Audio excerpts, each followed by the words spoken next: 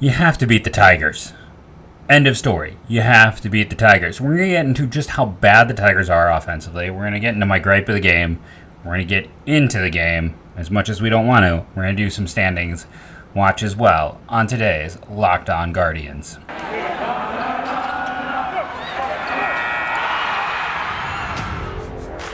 You are Locked On Guardians, your daily podcast on the Cleveland Guardians, part of the Locked On Podcast Network, your team every day.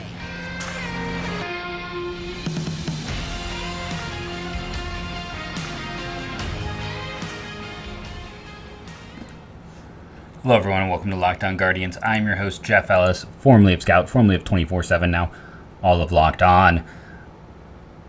Let's just start with the gripe. Why are you bunting? Austin Hedges has not been bad in the second half. He's not been good, but he's not been bad. Myles Straw has been bad all year. He is literally one of the 5 worst hitters in baseball this year. And I say this as the biggest Myles Straw defender maybe on the entire planet. You have a effective hitter give away an out. So one of the least effective hitters in baseball can do exactly what he did and strike out. It's bad management. It's a bad call. It is... The bunting obsession is just wrong. It's... Again, they have so much data. It's like one of the most analytically inclined front offices. They know... But you got Tito, who continues to think that bunting is like the newest technological advantage we've seen in baseball history. It is a bad call. Specifically in that situation, it is a horrendous call because you take the bat, you give them a free out. You have a runner in scoring position, nobody out. Bunting them to third actually lowers your odds of getting that run across. Giving up that out, an out is more valuable than 90 feet. All the data shows this. Giving up that out in that situation, and specifically that situation where you've got a guy coming up next who couldn't out hit a pitcher this year. And again, I am the Myles Straw supporter. Like, I think eventually he's going to be, he might break out, he might get better, but and the data shows he's better and he's performed this year. But right now, he is not good at all on any level. So when you get that runner on second, down by 1. A runner who runs really well. The bunt to one of the worst hitters in baseball. Essentially, you're bunting to set up a pitcher in terms of how productive he has been this year. I mean, we could have all predicted it from there. The minute I saw that bunt, I'm like, okay, this game is over. And it was. And now they've dropped 2 in a row to the Tigers. And if this team does not make the postseason, we're going to go back and talk about that July series where it certainly had a lot of questionable calls. They chose to not pinch hit at certain moments and what was going on there. And then we'll talk about this series where they have, again, one cannot state enough. The Tigers are historically awful offensively, and they made them look like stars this week. It's unbelievable. And then, like I said, just bad choice. Bunting is just about always the wrong choice. I mean, you can go through all the simulations, you don't even need simulations, just game data that you can take apart those games and see how often it turns into a positive outcome. And that data has been crunched, and more often it is a more negative result to give up an out. An out is worth so much more than 90 feet. And especially when you're giving up an out with a hitter who's been decent for a hitter who has scuffled all year. And it's hard because they have a lefty reliever on the mound, which makes it even more complicated because Nolan Jones has been struggling of late. I had someone tell me he was in a 2 for 20 stretch. Didn't he just have a 3-hit game a few days ago? But Will Benson is a lefty. Maybe go Melee. I had someone be like, well, then what happens if something happens to Hedges? You don't have a backup catcher. Then you don't have a backup catcher. Because if Melee comes in and gets the hit and this game is still going on, well, then you figure out how to make it work. You don't punt because it might get hard if something happens to your catcher. That's like the weakest argument I've heard. Well, what happens if something happened to Head? No, the game is over. They lost. So anything would have been better. Now, the game itself, listen, the blocking the home plate stuff is hard. I understand the safety of it. I think it is something they need, to work on. I didn't think he was really blocking it that much. But, I understood. At least there was a degree of logic. Every replay on that Kwan stolen base, he stole it to me. I don't see, he was in there. I don't see how that doesn't get overturned. He had to reach back. He's not even looking. His arm was there first. Like, to me, that one was ridiculous.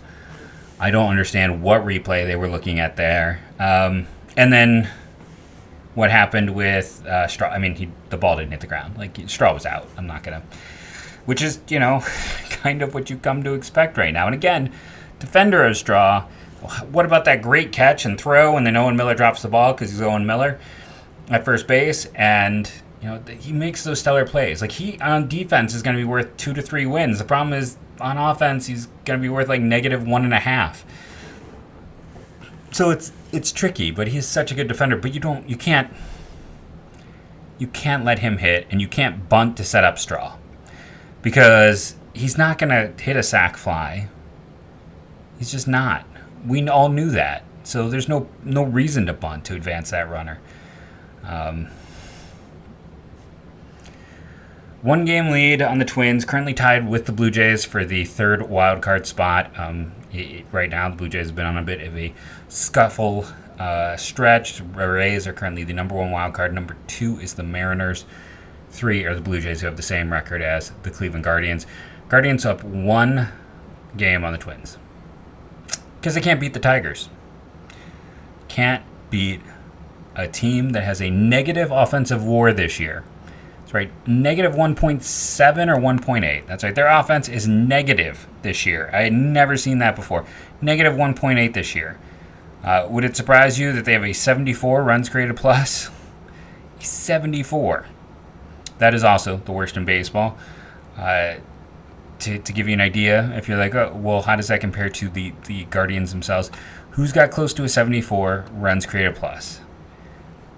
Let's pull across and pull it up. A 74 would be Oscar Mercado's production this year. They've been as effective as a team as Oscar Mercado. I mean, Mercado was a 72, but still. They have been less effective than Richie Palacios, Sandy Leon, Alex Call, and Owen Miller. And Luke Maile. Less productive than all of them.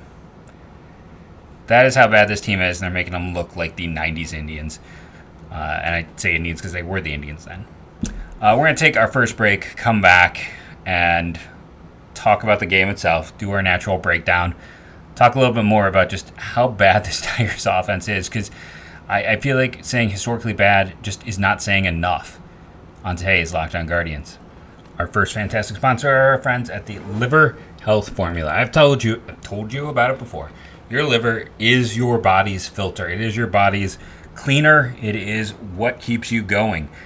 And if you want your liver to be in better working condition, I'll tell you, as you get older, that's something you worry about, then you're going to want to use the Liver Health Formula risk-free by Pure Health Research today. It's got all these great ingredients, artichoke, turmeric, that help your liver wake up. It's going to help it be more effective. And right now, when you use the Liver Health Formula, you get a free bottle of Curb Fit with your order, which is a safe, all-natural appetite suppressant, making it easy to say no to naughty foods.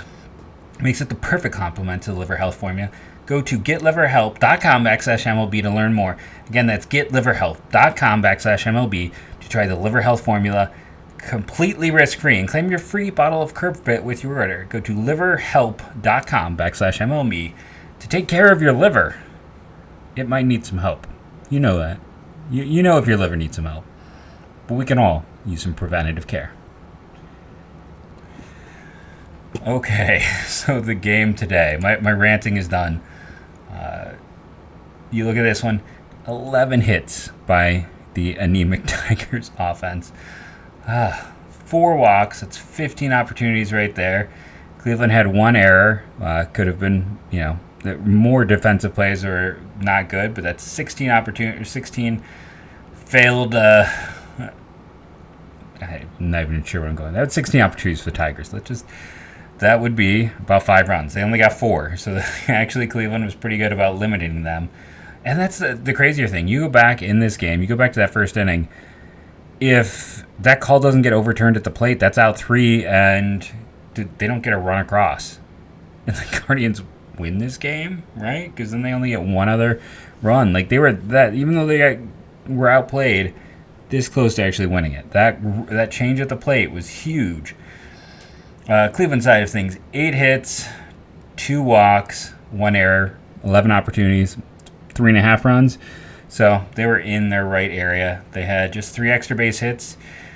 Freeman didn't score on his, but Rosario got that third run across, who reached base multiple times. Well, 3 hits by Kwan, just unfortunate, and a walk. Reached base 4 times. The one time they really needed him to was the only time he recorded an out. 2 hits by Rosario, and then that's it. I mean, a lot of this lineup was kind of a dead zone, and that was also the annoyance of it, right? Like, they had an opportunity. 3 of the first 4 hitters reached base, and then they weren't able to get any hits until like the 8th inning. It was rough. And those first few rounds was like a Jose Ramirez, line drive out to get a run across, and then I can't remember who it was who got the was it Straw had an RBI in this one? Was he? I mean, yeah, Straw was a line drive out. So both the first 2 runs the Guardians scored were both on outs. Not a good sign. Who are your stars in this one? Well, Kwan. Very easy there with reaching base 4 times. After that, it gets a little tricky. I'm going to give it to Rosario for having the triple and 2 hits. And then let's go to the bullpen. Because, yeah, the rest of this, not so much. I think you give it to Neil De Los Santos, 1 2/3 innings. Didn't give up a run. ERA under 3 now. Plesac, again, it's not the worst performance. It's not the best. I don't know what you do. I mean, the old school stat people are just going to sit there and 2-11. But it's, if I'm going to criticize Shaw yesterday for like bad breaks, then you also have to recognize that Plesac only gave up 4 runs in this one because of good breaks. 12 base runners in 5 1/3 innings. I mean, he was averaging 2 base runners an inning, plus. And that's not good. To only have 4 runs, he's actually pretty lucky in this. But that's been weirdly the Plesac story this year. He has had good luck when it comes to a lot of things. Even though the performance is bad, it could be much worse. Sandlin, I continue. It's great to see. I mean, his ERA is getting close to like going under 2.27. Not talking about the sitcom that I used to watch as a kid, but talking about Sandlin's ERA here. And again, the bullpen. And they were an issue yesterday, but they were, De Los Santos, Hedges, Sandlin are guys you can count on. We know what the problem in the bullpen is. It's Eli Morgan specifically, too, when you put him against lefty. It's Brian Shaw all the time. For the rest of them here, it's a pretty solid pen. Like, I'm not having a whole lot of arguments. It's just Plesac wasn't good, and, the B word that I said I'm done ranting about. This is a very winnable game. Cleveland is holding on to a 1-game lead in the American League Central. If they took care of business, they could actually have some room between them. Instead of I don't think anyone outside of Cleveland expects them to hold on to this. The White Sox are a game and a half back, I believe. I need to look and see if they're playing tonight. Or I know they're playing tonight. They're playing Houston. Check and see what the score is there. Twins already beat the Royals. They're taking care of business when they face a terrible team. Tie game in the 8th inning between the Astros and the White Sox. If they win this game, they'll be a game back as well. And if you're a betting man, the betting odds are not going to be in Cleveland's favor with those 2 other teams there. It's just not. Cleveland's actually got a much harder schedule towards the end of the season. So it's part of the reason some of the odds places aren't very high on them. And when you've dropped 2 in a row to a team as bad as the Tigers, can't have high expectations. Let's see. So just going back to it, I don't think there's an offensive category they're not last in baseball in. On base percentage. Oh, no. Detroit is only 29th, 282. Oakland's at a 271 because Oakland actually has a lower batting average. But Detroit's got the 331 slugging, so that's the worst in baseball. We already talked about things like WAR, which is negative. Again, I've never seen that. and runs created plus, which is negative. How about K percentage? Maybe they can be near the top in that. Detroit actually only has the third worst strikeout percentage in baseball. Los Angeles Angels and Pittsburgh. How about walk rate? How are they doing walks? Second from the bottom. White Sox are the only team worse. You get the point, though. This is a team that is bottom 3 in every offensive category. How about isolated power? They're not only are they last, they have a 105 in isolated power. 127 is the next lowest. Again, if we go over here to the Cleveland Guardians and I click on ISO, a 105 is a little bit better than Austin Hedges when it comes to power. That's where they are. Like, if I were to put this all in Cleveland terms, a 6% walk rate, they're walking as much as Owen Miller. K percentage of 25, they're striking out as much as Luke Maile does. More than Austin Hedges, less than Franmil did. Franmil was pretty disgusting. Did you see his home run tonight? Best thing that happened to him, apparently, was leaving Cleveland. He has been on a nice little stretch for the Cubs. But, yeah, this is a really bad team. Really, really bad team. I mean, they have a thing called offensive score on Fangraphs, and the Dodgers have a 126.4. Detroit is at a negative 132.6. The next closest is a negative 86.5. I mean, it is crazy. They are bad. Historically bad. They swept Cleveland early in the year. Tomorrow's the last game of the season against them. Again, if this Guardians team fails to make the postseason, you're going to be able to circle 2 Detroit series, and be like, that's where they lost. You face a team that is this bad, you can't get spanked. And they got spanked the last 2 days. I know you're like, it's a 4-3 game. That Tigers offense producing the way it has, that's a spanking. Because this team, again, is so awful. You look at what they're doing right now, when a team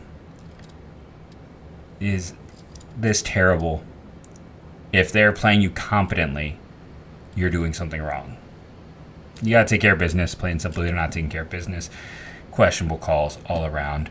We're going to come back for segment 3 of the show today. So make sure to join us. We're going to be a little more upbeat on today's Locked On Guardians. You're hanging out with some friends, putting back a few drinks. A few becomes a few too many. As an evening comes to an end and people start to head out, you think of calling for a ride. Nah, you live nearby, you can make it. It's okay, it's no big deal. What are the odds you get pulled over anyway? And even so, what's the worst that can happen? Your insurance goes up, you lose your license, you lose your job, you total your car, you kill someone? Everyone knows about the risks of drunk driving. The results are tragic and often deadly. However, that still doesn't stop everyone from getting behind the wheel under the influence. That's why police officers are out there right now looking for impaired drivers on roads to save lives. So if you think you're okay to drive after a few drinks, think again. Play it safe, plan ahead, get a ride. It only takes one mistake to change your life or someone else's forever. So I understand there's probably a few of you out there going, the umpiring.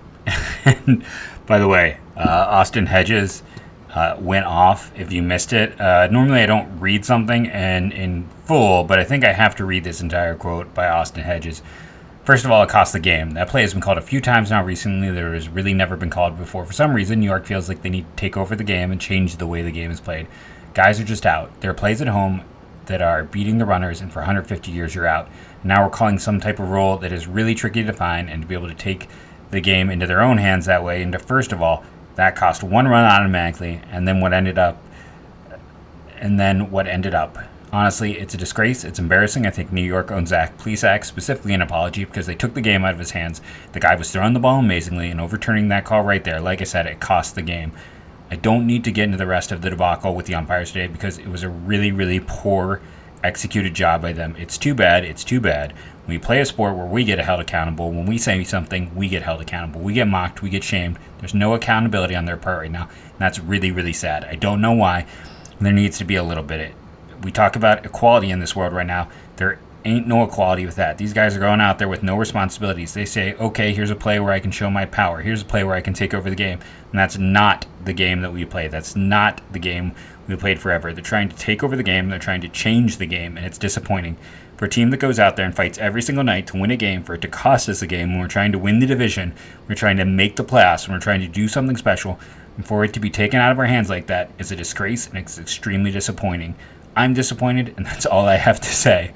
I have to laugh because, I don't think all I have to say after a quote like that is quite what you're going for, because that's a lot to say.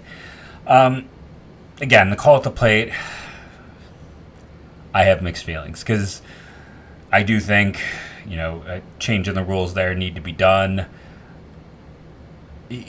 What's a catcher supposed to do at the same time? How is he supposed to even try to tag someone out in that situation? It is kind of an impossible situation.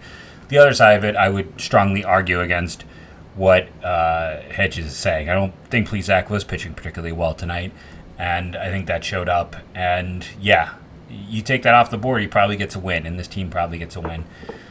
But it's unfortunately the rule, and I can go back even further. What a throw by Freeman to make that even close. Let's give him some credit, first and foremost. I think if a Meds in there, it's not even close to that same throw to get the ball in time, and that's not to ding him as much as it is to raise up Freeman. Ahmed's been fantastic all year, and I was a moron for any statements I made about him earlier in the year.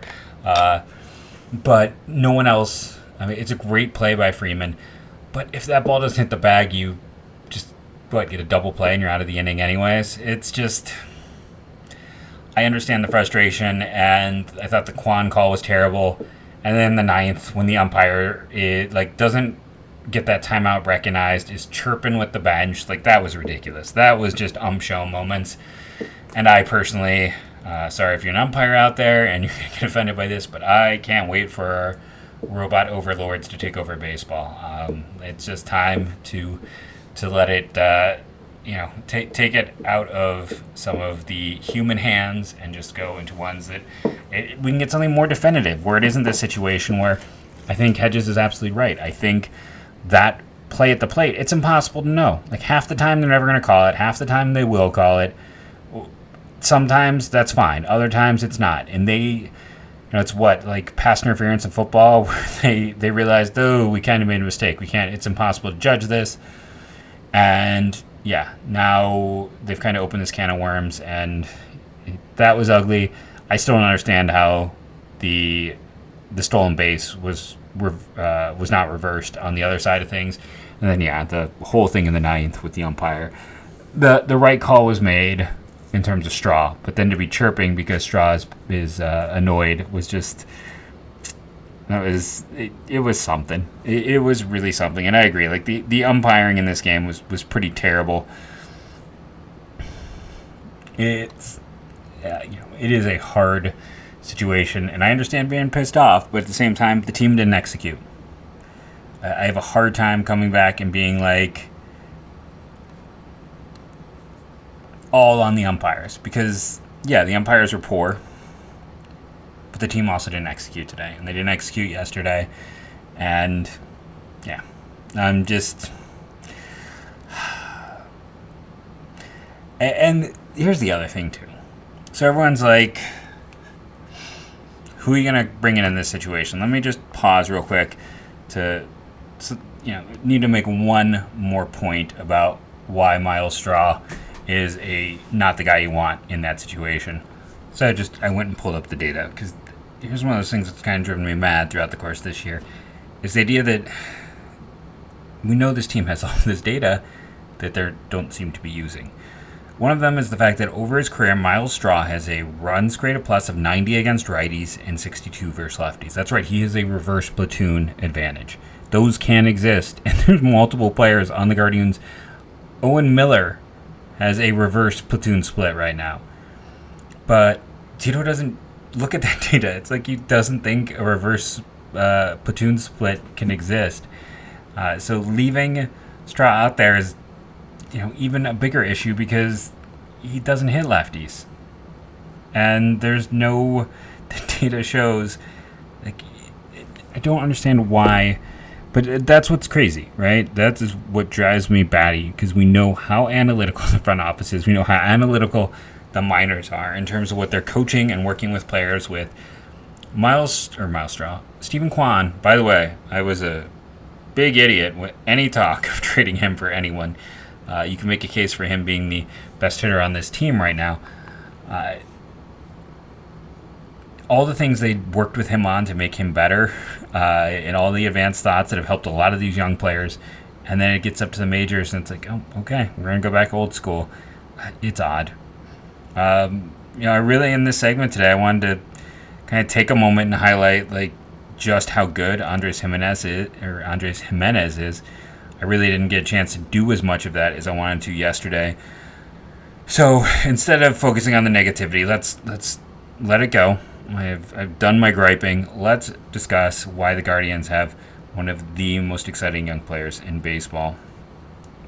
And I mean that. I honestly mean, I know he had a rough day today, so maybe it's not the day to necessarily focus in on him. But I still want to do it because I think, again, let's try to balance this out. Let's talk about some positivity.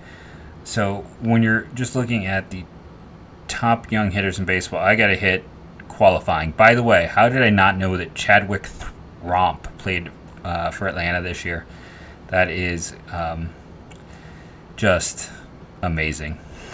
There's no way around it. I mean, I was like, what? How did I miss Chadwick Tromp? I'm disappointed in all of you for not letting me know that at age 27 he made his major league debut as a catcher this year. So if we're just looking at the lens of runs created plus, right? That takes all the offensive data, boils it down, shoots out a number that is easy to understand. If we just look at that, this year he's got a 153. This is your complete list of hitters who have a higher than 153 runs created plus, right? So Freddie Freeman, Nolan Arenado, Rafael Devers, Jordan Alvarez, Paul Goldschmidt, Aaron Judge. He is tied currently with Austin Riley and Juan Soto. Yeah. Now, how many players have a 150 or better runs created plus and a positive defensive value on Fangraphs? Well, you have Jose Altuve, who's at a 150 even. You have Gimenez.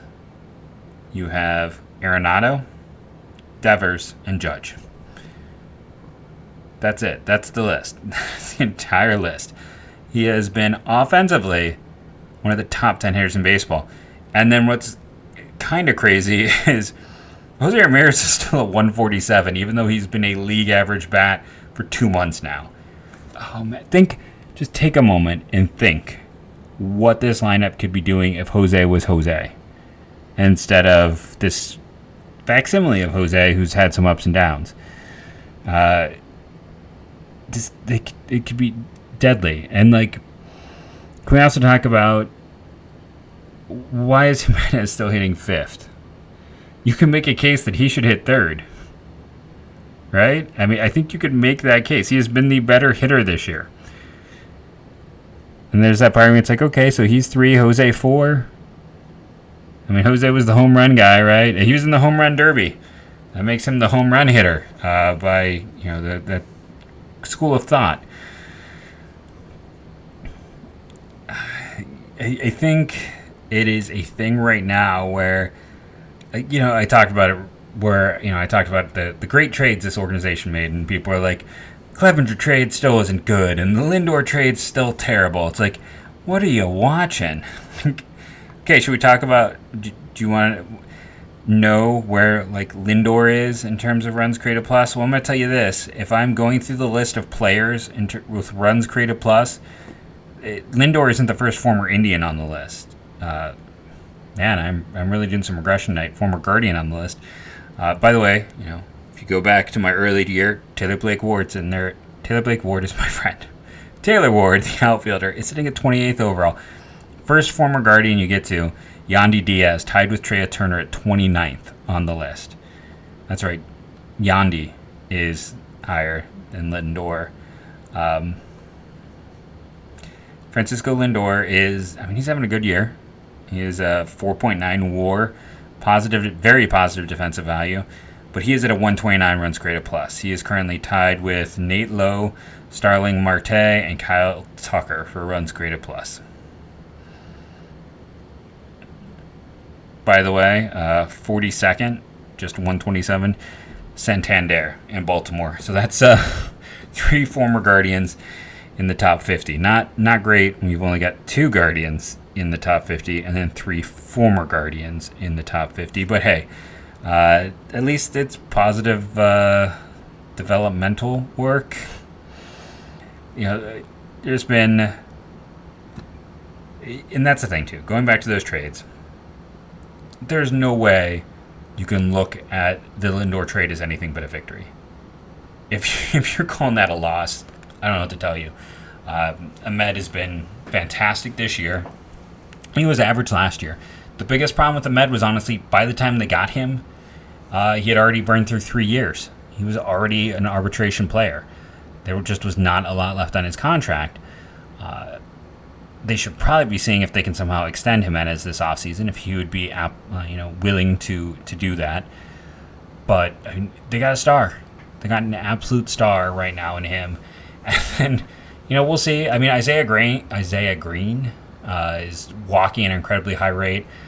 He's behind a lot of other center fielders, but interesting tools. Maybe it'll come together for him. Low batting average, great walk rate. Maybe. Josh Wolf, probably a reliever. The end of the day, the only reason that trade is still kind of a little to me is Carlos Carrasco has been really good this year, and I guarantee you the Mets pick up his option. I guarantee it. It was a cheap contract, and it just and he didn't pitch at all in 2020, or no, he pitched in 2020. He didn't pitch at all in 2021, or barely in 2021, and he has had some health issues this year. But man, Cookie is the part of that that's still hard. And if you don't like the Clevenger trade, yeah, I know we talked about Josh Naylor's injury issue, but man, I have a hard time. If you're gonna get mad about a trade, here's the pro tip: get mad about the Tampa, Seattle, Cleveland deal. That is the trade that people should be harping on. If you want to go get mad that they traded Yandy Diaz for Jake Bauers and money. Okay? It was a money deal there. That money went to Seattle, and then they traded Edwin Encarnacion and a draft pick, a second-round pick, which turned into Isaiah Campbell. Was that the pitcher from Arkansas? It was valuable draft pick. Traded a draft pick to get Carlos Santana, who was owed more money, but it was spread out. And they got money from Seattle. It was more that Seattle bought that draft pick, honestly. And then also that money from Tampa. That trade is just a bust. Because while, Santana was great in year 1, year 2, not so much. And then didn't Seattle reacquire him? Was that where he went when Kansas City traded him this year? When Ty France got hurt? But yeah, it was a pretty terrible deal when you get into all the specifics on it, because Yandy Diaz would be very useful right now. There's no other way around it. He's one of the best developmental success stories this organization has, and he never got to play here because Tito said he couldn't play defense. Even though I can tell you, having watched him in the minors, he was actually at least passable, if not average, to a little bit above. So, yeah, if you're going to complain about a trade, if you are someone who's angry or annoyed at this organization, you look not bright when you complain about the Lindor deal, because Andres is a star, top 10 hitter in baseball this year, and Ahmed has been fantastic. And it's silly about Clevenger because Quantrell looks like he's going to be a starter for a long time, and Naylor has been a heart and soul member of this team, and there's still 4 more other guys that have a chance to contribute. Go shred them for a monetary trade that sent out the most interesting young hitting prospect they had at the time, because for whatever reason he couldn't get any playing time in Cleveland. I've been Jeff Ellis. This has been Locked On Guardians podcast for today. Remember, rate and review, download daily. It helps. Subscribe on the YouTubes. We're over 500. That's big. Let's keep it going. Let's get to 1,000. I have followed back everyone who has followed. And I'm going to keep that pledge. If you follow me before I get to 1,000, I will follow you back. But we got to get to 1,000. Thank you again for listening, rating and reviewing, and subscribing on YouTube. As I end every show. Sorry for a negative show. I'm frustrated right now with this team, and I'm starting to work again. So that also means I have less sleep. It's a bad combination. But go Guardians, go.